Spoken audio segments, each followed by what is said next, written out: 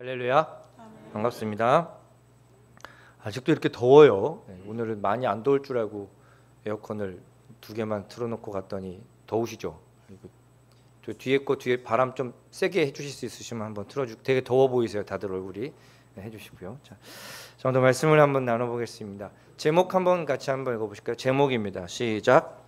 오직 한 분. 오직 한 분이라는 제목으로 오늘 또 말씀을 나눠보겠습니다. 오늘 본문의 말씀을 가만히 보면요, 사실 되게 무서운 의미를 갖고 있습니다. 오늘 어떤 의미냐면 야고보는 이렇게 이야기를 해주고 있어요.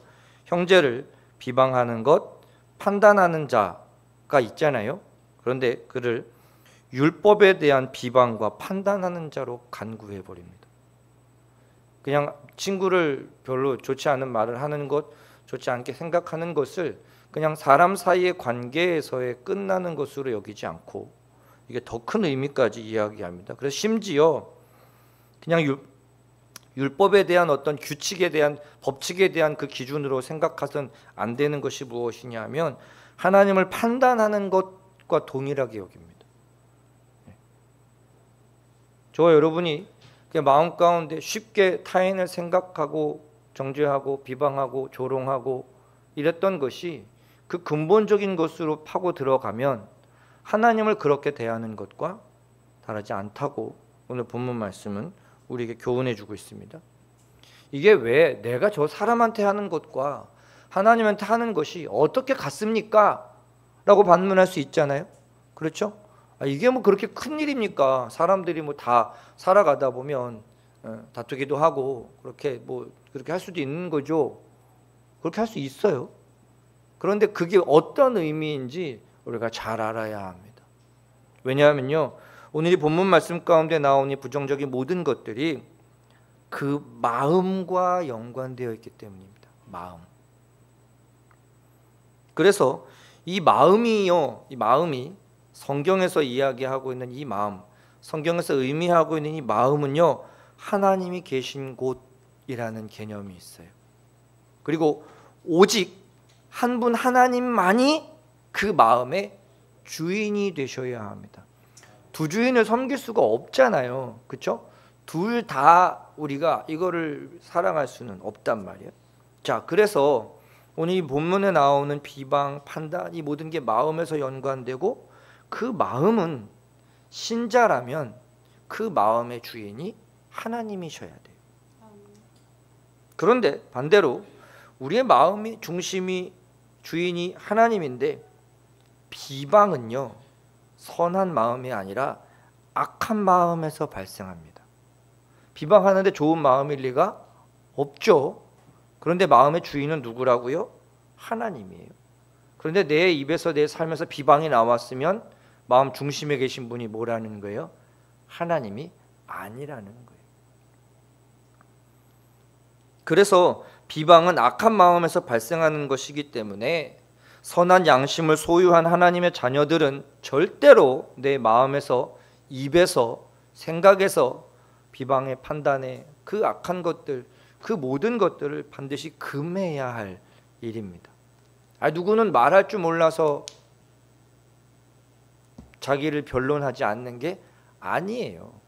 그냥 싸움이 나에게 유익이 되지 않으니까, 다툼이 내 영혼에 유익이 되지 않으니까, 그 조롱과 시기와 비난과 비평이 내 마음과 내 정서와 감정에 일절 도움이 되지 않으니까. 그래서요, 우리가 내가 신자로 살아갈 때 내 삶의 어떤 경건성이라든가 척도를 확인할 수 있는 가장 근본적인 이 징표가 내 입에서 어떤 말이 나오는가를 내가 스스로 한번 복기해 보는 거예요. 내가 오늘 그 사람에게 어떤 말, 어떤 단어, 어떤 어감 이렇게 했는지를 한번 돌아보면 그 오늘 하루 나의 영적인 상태가 그대로 드러납니다. 내 감정의 상태가 그대로 드러납니다. 내 마음의 상태가 그대로 드러날 수밖에 없어요. 살아보니까 저도 마찬가지고 모든 인간이 마찬가지입니다.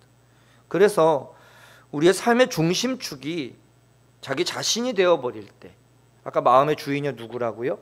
하나님이셔야 하는데 그 마음의 중심축이 하나님께로부터 돌아가는 것이 아니라 나 중심으로 돌아가기 시작할 때 나타나는 처음 발생되는 이 조짐이 타인에 대한 비방과 판단에서 시작됩니다.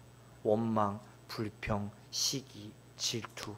내가 나 자신을 납득하기보다 타인에 대해 판단하고 정죄하는 것이 더 빨라질 때 내 영적인 상태가 뭐하다는 거예요?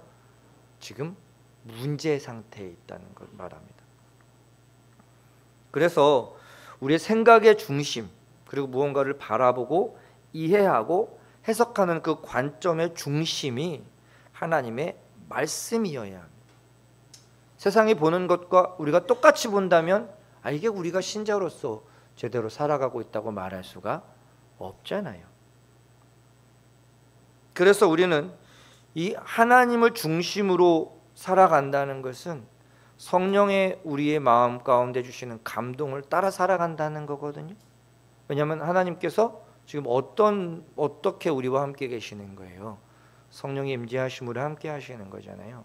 성령의 감동과 임재하심을 받는다는 것은 뭔가 기도할 때 막 몽환적으로 막 귀가 들리고 뭔가 보이고 음성이 들리는 이런 유의 것일 수도 있지만 근본적으로는 성령의 감동하심이라는 것은 말씀이 기억나고 생각나는 거예요. 그래서 말씀에 이끌림 바 되어 살아가야 하고 말씀을 붙잡고 기도해야 되고 말씀대로 수고하고 헌신해야 됩니다. 우리의 삶에 어떤 힘들고 고된 일이 있든 좋은 일이 있든 자랑할 것도 아니고 좌절할 것도 아니고 우리는 그냥 뭐 하면 돼요? 오늘 주신 은혜에 감사하면 돼요. 내게 피곤하고 힘들고 어려우고 아프고 슬픈 괴로운 일이 있었더라도 오늘 나는 여전히 뭐 하고 있어요? 하루를 살아갈 수 있는 은혜를 받은 거예요. 우리가 받는 삶 가운데 이 모든 상황과 환경과 여건은 하나님께로부터 왔다는 이 의식을 가지고 살아가는 것이 가장 중요합니다. 그래서 여러분들의 입술에서 누군가를 비방하거나 누군가 다투거나 이런 부분들이 나타나고 있다면 하나님 중심으로 살아가야 할 그 기준축에 균열이 갔거나 내가 거기를 침범하고 있다는 징조라는 사실을 기억해야 합니다. 제가 가끔 이렇게 예초기를 돌립니다. 예초기를 돌리다 보면 요즘은 옛날에는 쇠날로 돌렸거든요. 되게 무서웠어요. 쇠날은 막 돌 튈 때 진짜 막 여기 정강이 맞으면 와 진짜 이렇게 살 찢어지고 막 피나거든요. 그래서 옛날 그 쇠날로 제가 예전에 저희 아버지 산소 다닐 때는 그 삼형정 그 쇠날로 했는데 그때는 할 때 무조건 장화랑 앞치마를 입어야 됩니다. 안 그러면 하고 나면 막 여기 만신창이가 돼요. 근데 요즘 와이어로 돌려요. 이렇게 와이어로 돼 있어가지고 튀어봤자 아예 하고 맙니다. 요즘은 그냥 추리링이 여기 장어파 신고 그냥 하긴 합니다만 이게 왜 돌아갈 때요 소리가 달라요.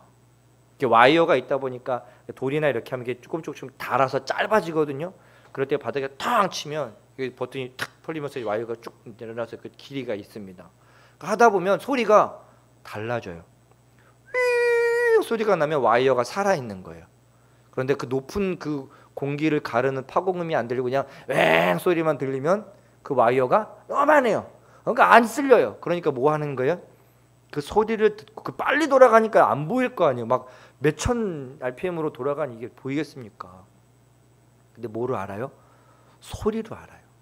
그리고 하다 보면 그 앞에 있는 잡초가 잘리느냐 안 잘리느냐 이거를 보고 길이를 압니다. 그리고 방향을 알아요. 그 감을 잡으면서 하다가 치고 하면서 그렇게 와이어를 합니다. 한 번에 한 2m 정도씩 말아서 쓰거든요.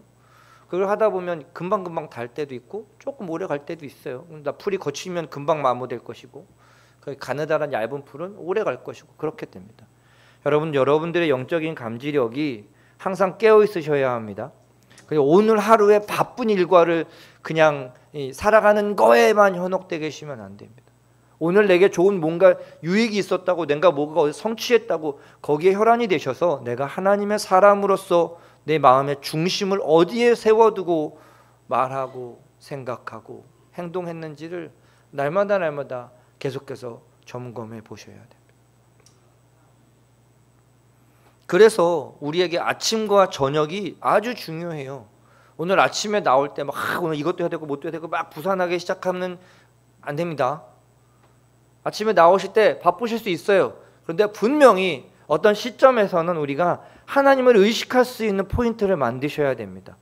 현관문 앞에다가 시뻘건 십자가를 하나 걸어 놓으시든, 아니면 엘리베이터를 누르는 손 끝에다가 여기 손가락에다 빨간 매니큐어로 십자가를 그쳐 놓으시든, 아침에 치카를 할 때 거울에다가 뭘 해 놓으시든, 어느 한 순간이라도 내가 오늘 누구로 살아야 하는지를 자각할 수 있는 포인트를 만들어 두시기를 바랍니다. 어렵지 않잖아요. 막 무릎 꿇고 막 30분씩 10분씩 막 기도하라는 이야기도 아니고요. 그냥 잠깐 오늘 하루의 일과를 시작할 때 내가 누구로 살아야 하는지를 확인하고 시작하자고요. 그걸 확인하는 시작과 확인하지 않은 시작은요, 절대 같지 않습니다. 완전히 다른 하루가 될 거예요. 그래서 이런 부분에 있어서 우리가 왜 이거를 계속해서 의식해야 되냐면, 제가 기독교는 항상 무슨 종교라고 말씀드려요? 관계의 종교라고 말씀을 드려요. 다른 종교는 거래적인 요소가 굉장히 강합니다. 무당도요, 내가 얼마짜리 굿을 하면 그 얼마짜리 굿한 만큼의 귀신 역사를 한대요. 제가 그 기도원에 그 무당으로 계셨던 분이 오셔서 이야기를 들었던 게 있습니다. 어떤 집안에 환란이 오면 얼마짜리 굿을 한대요. 그럼 그 귀신이 있고, 얼마짜리 귀신이 그 굿한 것 때문에 잠잠한대요, 한동안. 근데 그 굿발이 떨어지면 또 난리를 친답니다. 그러면 그 굿으로는 이제 안 되는 거예요. 왠지 아십니까? 영적인 부분은요, 더 큰 귀신을 불러서 지금 있는 귀신을 내쫓는 패턴이래요. 그러니까 뭐 이런 표현 좀 어떻게 드릴지 모르겠지만, 한 30등쯤 되는 귀신이 난리를 치면 29등짜리를 데리고 와서 30등 내쫓고 29등짜리 살살 달래가지고 거기 앉혀놓은대요. 그럼 얘가 또 29등짜리가 또 역사를 한답니다. 그러면 이제 또 뭐 해야 돼요? 28등짜리를 더 비싼 곳을 귀신을 데려와 얘를 내쫓아야 된다는 거예요. 맞는지 안 맞는지는 모르겠어요. 그분 말씀이 그래. 하여튼 신령한 분이시긴 하셨다고는 하는데, 그렇게 해서 계속 하다 보면 이제 뭐 하는 거예요? 결국은 갈수록 악한 귀신을 그 자리에 앉혀놓는 거예요. 그런 흐름이라고 이야기를 하더라고요. 그럴듯했어요. 제가 보기엔 그럴듯했어요. 성경에도 그 이름이, 그런 내용들이 비슷하게 나와요. 그 마음에 있었던 악한 역사를 내쫓았더니 거기에 주인을 세워야 되는데, 하나님으로 세워야 되는데, 더 많은 더 악한 영적인 세력들이 와서 그 삶을 장악하고. 가만히 돌아보니까요, 교회에서도 그런 흐름이 크게 다르지 않아요. 신앙생활 잘 하시던 분이 믿음을 지키지 못하고 간직하지 못하고 파손되면 더 악하게 역사하는 모습들을 우리는 왕왕 보게 되는 것 같아요. 그렇다고 두려워하고 불안해하실 일이 아닙니다. 우리는 그냥 뭘 하면 돼요? 오늘 하루 하나님과의 관계에 대해 집중하면 돼요. 누구보다 나를 사랑하시고 누구보다 내가 사랑해야 할 그와의 관계가 끈끈하면, 멀어지지 않으면, 그렇죠?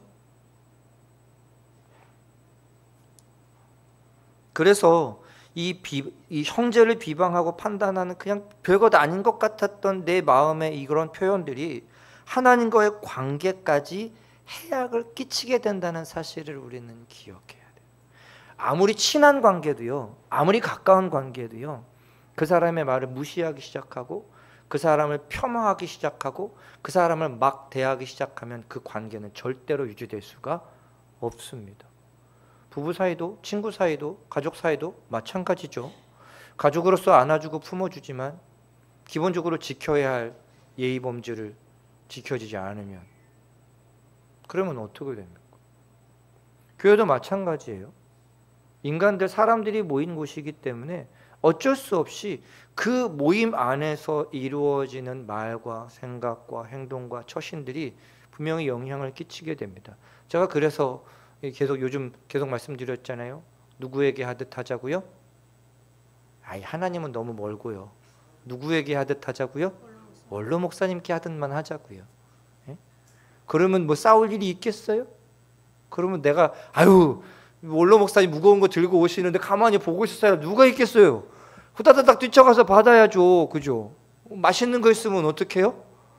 요거 한번 드셔보시라고 몰래 또, 그죠? 얼마나 좋아요. 모든 사람에게 그렇게 할 수는 없지만 오늘 나와 대면하고 있는 내 마음의 기본적인 그 타인을 대하는 이 스탠스, 자세가 그러하면 얼마나 좋겠느냐는 거예요. 여러분, 이게 되게 피곤할 것 같죠? 아니요. 오히려 이게 덜 피곤합니다. 사람에 따라서 내가 저 사람하고는 이만큼만, 내가 여기까지만 거리를 두고 저 사람하고는 이만큼만 거리를 둬야지 생각하잖아요. 그게 더 피곤해요. 사람을 가릴 때마다 그게 얼마나 피곤합니까? 그런데 뭐 하면 돼요? 모든 사람에게 한결같이 대할 수 있다면 얼마나 편하겠어요. 의식하지 않고 무의식 차원에서 나는 한결같은 사람의 모습이 되잖아요. 그래서 우리 될 수 있으면 서로에게 예쁜 말, 바른 말, 좋은 말, 존댓말을 써보자고요. 그죠? 저도 아이랑 존댓말 쓰거든요. 차에서 차 타고 아빠 그러면 네, 제가 이렇게 대답을 해요. 가끔 저도 기분이 나쁘거나 그러면 왜 이렇게 까먹기는 합니다만, 그래도 기본적으로요, 저를 부르고 저와 대화하는 사람을 조금 저랑 동급 이상으로 여기고 하려고 노력을 하니까요, 이 마음이 조금 더 경건을 지키고 유지하는데 큰 도움이 됩니다. 이렇게 하나님과의 관계, 그리고 우리에게 주시는 이 율법을 비방하고 판단하는 것 있잖아요. 이것도 똑같은 맥락입니다. 율법은 뭐예요? 하나님과 사람 사이의 언약이잖아요. 약속이잖아요. 지켜라. 왜요? 내가 너의 아버지 하나님 구원자가 되니까, 내가 너의 구원자니까 이걸 지켜라. 같은 맥락입니다. 그렇기 때문에 우리가 하나님과 인간 사이에 있었던 율법을 가볍게 여기거나 경홀히 여기거나 어기는 것, 이것도 하나님과 뭐 하는 거예요? 벌어지는 거예요. 아니, 여러 번 말해도 물론 실수할 수 있고 깜빡할 수 있고 그럴 수 있지만, 의도적으로 무시하고 안 들으면 대화가 이어지겠습니까? 관계가 이어지겠습니까? 아니요. 순종하지 않고 따르지 않으면 하나님도 그를 뒷전에 두실 수밖에 없습니다. 여러분 잘 생각해 보세요. 우리 주변에도 그렇지 않나요?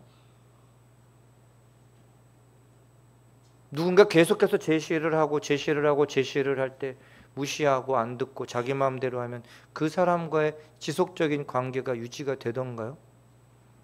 안 돼요. 저는 그 친구들이나 이런 사람들 금전적인 관계를 할 때 딱 3번까지만 기회를 줍니다.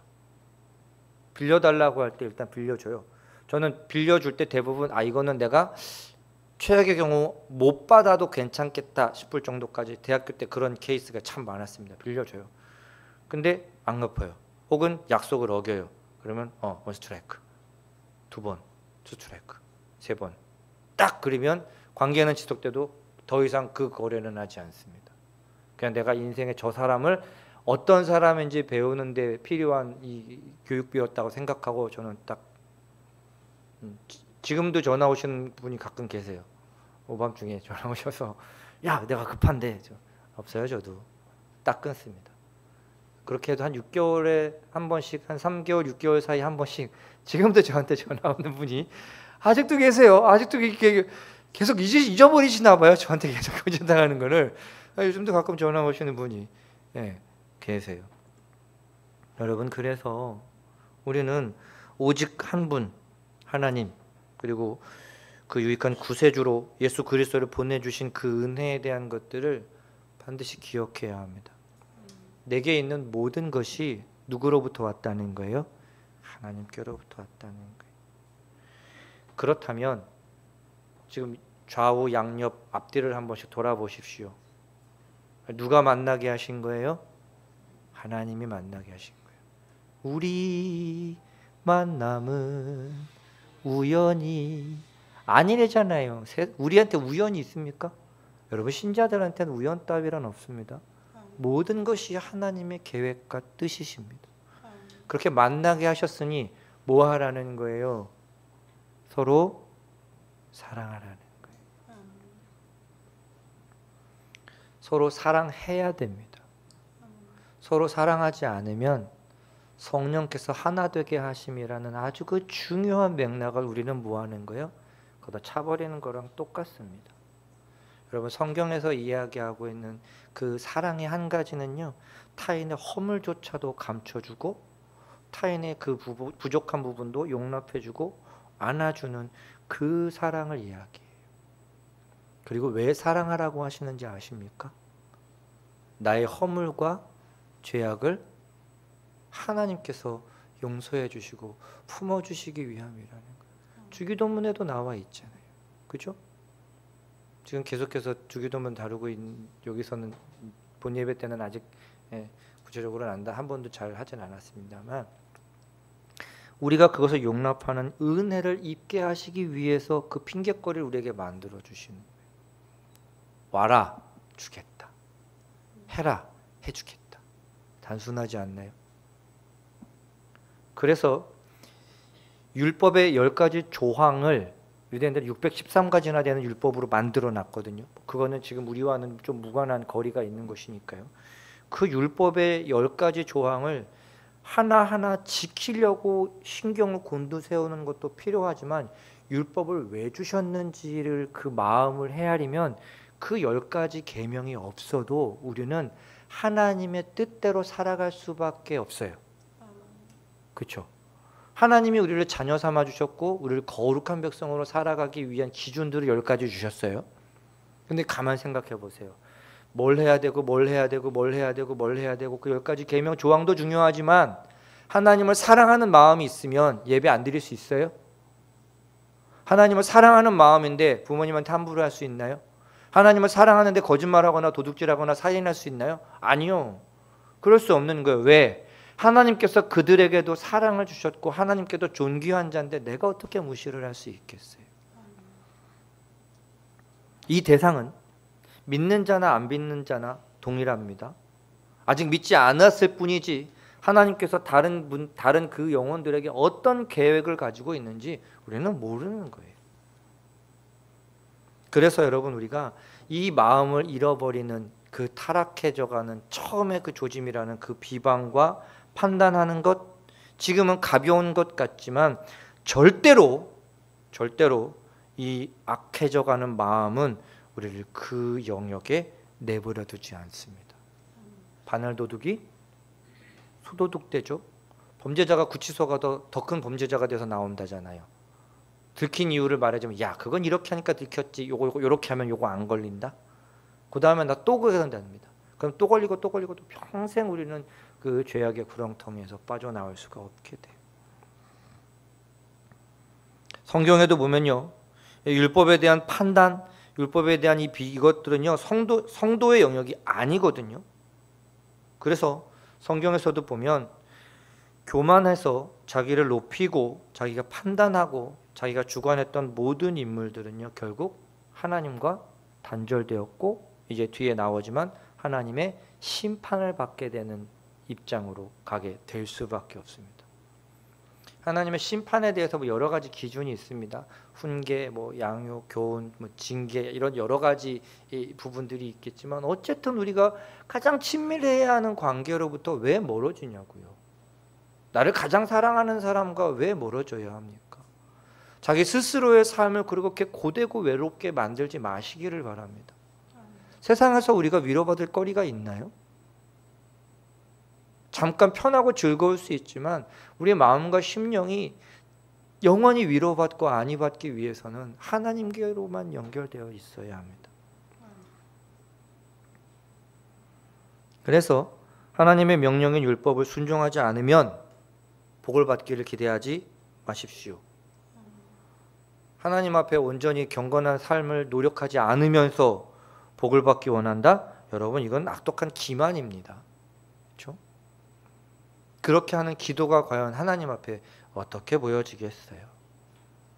오늘 본문의 내용들을 보면 비방은요 반대하다, 쳐서 말하다, 나쁘게 말하다, 비난하다 라는 말이거든요.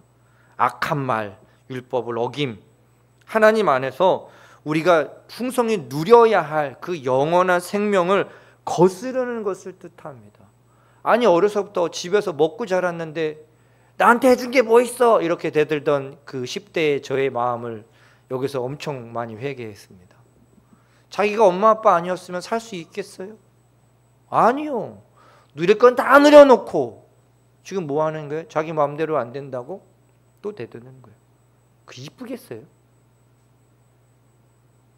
그래도 버리진 않겠죠. 자식이니까. 그러나 뭐예요? 웃고 행복해야 할 시간을 지금 뭐 하는 거예요?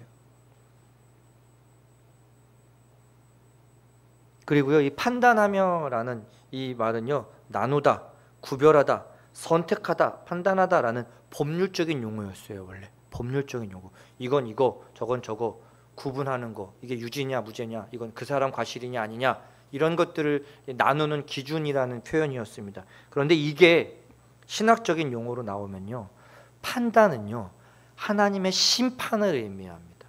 제가 아까 좀 전에 말씀드린 대로 하나님의 심판에 이 경중이 조금 있습니다. 그냥 훈계하는 것, 양육하는 것, 징계하는 것, 그리고 완전히 유죄로 선언해서 사망으로. 하나님의 판단이 입장이거든요. 그러니까 오늘 이 본문 말씀 가운데서 이야기하고 있는 그 판단은요, 그냥 단순히 뭐 너랑 나랑 달라, 이런, 그냥 우리가 살아가다 보면 야, 너 그래도 이거 잘못된 거 아니야? 이렇게 대화하다 옳고 그름을 이야기할 수는 있잖아요. 야, 나는 이게 좋은데, 야, 그걸 뭐라고 좋아하냐? 이렇게 이야기할 수 있는 수준의 것이 아니라 내가 이 상황의 주도권자가 돼서 무조건 이거야 라고 하나님의 말씀을 거스르는 생각을 의미합니다. 하나님께서 각 사람의 마음과 심령 가운데 주신 이 인도하심이 우리에게는 판단의 영역이 아니라 뭐 해야 되는 거예요? 준행해야 하는 입장이라는 사실을 기억하셔야 합니다. 그렇기 때문에 하나님의 권위에 도전하면 절대로 안 됩니다. 우리는 하나님의 권위에 도전할 자유가 없고 그럴 능력이 없고 그래서도 안 돼요. 우리는 하나님을 사랑해야 하는 존재입니다. 그래서 이 맥락 안에서 보면요, 모든 판단은 하나님께 맡겨야 된단 말이에요. 오늘 본문 말씀 가운데 이야기하고 있는 구원도 멸하심도 하나님의 영역이기 때문입니다. 내가 사랑받을 만해서, 구원받을 만해서, 자격이 있어서 얻은 것이 아니라는 말이에요. 자, 그래서 우리는 이 땅에 살아갈 때 원수 갚는 것도 나의 영역이 아니라 하나님의 영역이라고 인정하셔야 됩니다. 누군가 나를 괴롭게 하고 누군가 나를 힘들게 하고 아프게 했던 그 상황과 사건도 물론 이 나라의 법의 기준에 따라서는 뭐 어느 정도 정당화되겠지만 우리의 마음과 심령 가운데 타인에 대한 원수짐과 보복과 원망에 대한 것도 우리는 하나님의 은혜와 긍휼하심으로 내 마음만 회복시키는 것까지 만족하시기를 바랍니다. 그래서 기도하실 때 타인의 안 되는 거는 기도하지 마십시오. 원수는, 귀신은 뭐예요? 저거 안 잡아가고, 이런 심보로 기도하지 말자는 거예요. 누가 나를 괴롭히는 상사가 있잖아요. 기도하세요. 잘 돼가지고 다른 팀으로 가버리라고. 말 안 듣는 부하 직원 있으면요, 기도하세요. 다른 회사에서 스카우트 해가라고. 얼마나 속 시원합니까? 아니, 그 사람이 잘 돼서 나가면 어디 있던 사람이 잘 돼서 나간 거예요? 나랑 있던 사람이 잘 돼서 나간 거니까 나는 뭐가 되는 거예요? 축복의 통로가 되는 거예요. 왜? 저주를 빌어서 없애버린 게 아니라 잘 되게 해서 나가게 했으니 나는 축복의 통로가 되고, 그 축복의 통로가 된 것은 나는 어떻게 쓰임받은 거예요? 하나님의 선한 도구로 쓰임받은 거예요. 주변에 있는 분들 장사 잘 되고 사업 잘 되고 부자 되고 건강하고 좋은 일들을 많게 기도하시기를 바랍니다. 아, 옆 사람이 부자 되면 하다못해 떡고물이라도 얻어먹을 거 아니에요. 그렇지 않나요? 아니, 생각해 보세요. 여러분들이 기도해 주셔가지고 제가 우연찮게 뭐 그냥 어디서 주워 얻은 로또가 당첨이 됐다고 생각을 해보세요. 제가 그거 혼자 먹고 입 닦겠어요? 아니죠. 하다못해 초장 부페라도 한번 쏘겠죠. 그럼 뭐예요? 그 맛있는 거 먹는 거죠. 내 주변에 있는 사람들이 어찌하든 건강하고 잘 되고 축복받고 좋은 소식만 넘쳐나게 기도하셔야 됩니다. 아무도 아프지 마세요. 감기 같은 거 걸리지 마십시오. 그거 뭐라고 걸려요? 그거 좋지도 않은 거, 그죠? 그렇게 기도해 주시라니까요. 제가 가끔 사무실에 앉아서 카카오톡 이 목록 보고 쭉 기도하거든요. 그 프로필 사진 딱 보다가 프로필 사진 딱 봤을 때 얘 뭔가 바뀌었다 딱 봤는데 예쁜 사진 찍어놨잖아요. 그럼 캡처해가지고 딱 해가지고 제 사진 폴더에 옮겨놓습니다. 너무 예쁘니까요. 예쁜 모습을 보고 기도하면 얼마나 좋은 기도가 나가겠어요. 그죠? 여러분들 카카오톡 프로필 사진 예쁘게 잘 해놓으세요. 네. 지금 한 600장 정도 있습니다. 제 핸드폰에. 제가 말씀드렸죠. 중복된 사진들도 많아요. 괜찮아요. 네. 그 마음이 나를요 부정적인 감정과 정신의 상태로 나아가지 않게 지켜주는 그 방어막이 되어주기도 해요. 하나님 오늘은 내가 뭘 가지고 기도할까요? 이런 문제로 기도해야 하지만, 어려움으로 기도해야 하지만, 고통과 고난과 아픔 때문에 기도해야 하지만 우리의 기도는 거기서 끝나지 않아야 돼요.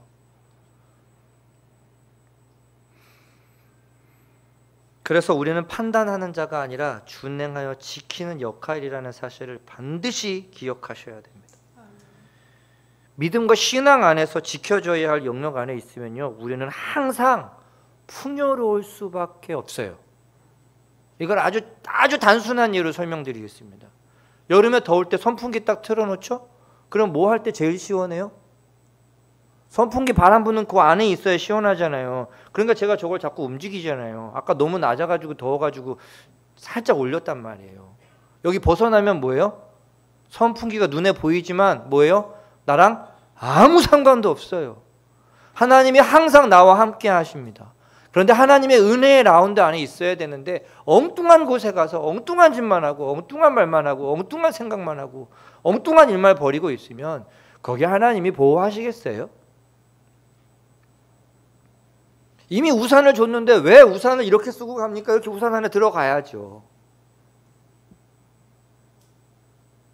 하나님께서 우리에게 주신 율법과 규례와 명령은요, 우리가 안전할 수 있고 거룩할 수 있고 평안할 수 있고 행복할 수 있는 가장 중요한 툴이 돼요. 부모님한테 잘하면 부모님이 하다못해 들어오시다가 치킨이라도 한 번 더 사오시지 않겠냐고요. 그잖아요? 이웃한테 거짓말하고 도둑질하고 막 나쁜 짓 하지 않으면 그 이웃들이 떡했을 때 갖다 주지 않겠어요? 부침개하거나 맛있는 반찬하면 얘 한번 먹어보세요 갖다 주지 않겠어요? 우리도 마찬가지잖아요. 교회도 마찬가지 아닌가요? 그죠? 저는 우리가 살아갈 때 내가 누구인지 명확하게 정해두지 않고 행복하기를 바란다? 망상입니다. 세상의 반, 교회의 반, 양다리 걸치고 행복할 수 있을 것 같으세요? 아니요. 어디서도 행복하지 못합니다. 세상에 나가서 어울릴 때 세상 사람과 비슷하게 재밌게 살아가려고 하지만 마음 가운데 계속 뭐가 있어요? 야, 그래도 내가 교회 다니는데 이래도 될까? 그렇죠? 교회 와서도 뭔가 거룩하게 경건하게 하나님 앞에 예배하고 하고 싶은데 야, 내가 지난주에 회사에서 이렇게 했는데 이게 마음에 걸리면 이게 행복하겠습니까? 아니요. 그래 단호하셔야 됩니다. 저도 직장 생활도 해봤고요. 다 해봤거든요. 그런데 처음엔 예수쟁이라고 엄청 비난하고 조롱하고 무시하다가요, 단호하고 내가 할 일 하고 내가 최선을 다하고 부지런하니까요, 그게요 대단한 플러스가 됩니다. 제가 말씀드렸잖아요. 저 음향회사 다닐 때 대전 우성대 막 이런 데 가서 출장 2박 3일씩 막 출장 가거든요. 그러면 수요일하고 금요일 되면 사장님이 KTX 기차표 끊어준다니까요. 3시쯤 되면 빨리 가라고, 너 빨리 가서 기차 타고 가서 예배드리라고 보내주신다니까요.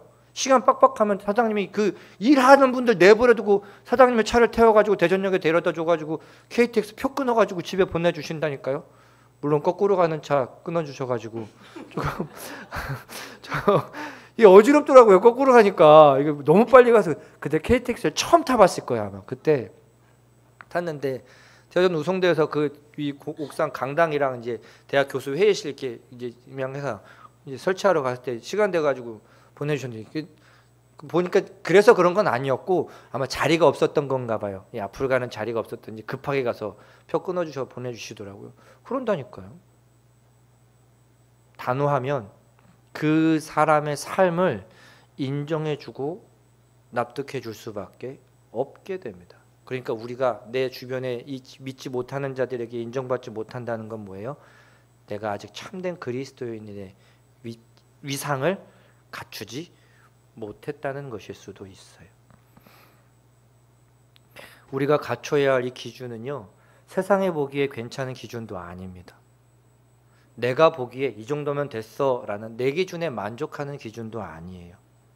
사회, 학벌, 어떤 이런 모든 것들을 가지고 나라는 정체성을 규정하지 마시고요, 오히려 하나님의 기준을 내 삶에 계속해서 갱신해 나아가셔야 합니다. 예수를 처음 믿었을 때 주일 한번 예배 오죠. 주일만 예배 오다가 보면 마음의 믿음에 부딪힘이 오죠. 수요 예배도 가볼까? 금요 예배도 가볼까? 새벽 예배도 가야겠네. 야, 이게 진짜 기도하지 않고는 내가 정말 하나님과 함께 살아간다는 것이 이 약한 세상에서 쉬운 일이 아니구나. 그러면 뭐 하게 돼 있어요? 교회 안 와도 무시로 기도할 수밖에 없어요. 여러분들 항상 예배의 자리, 기도의 자리, 말씀의 시간, 기도의 시간, 찬양의 시간을 귀하게 여기시기를 바랍니다.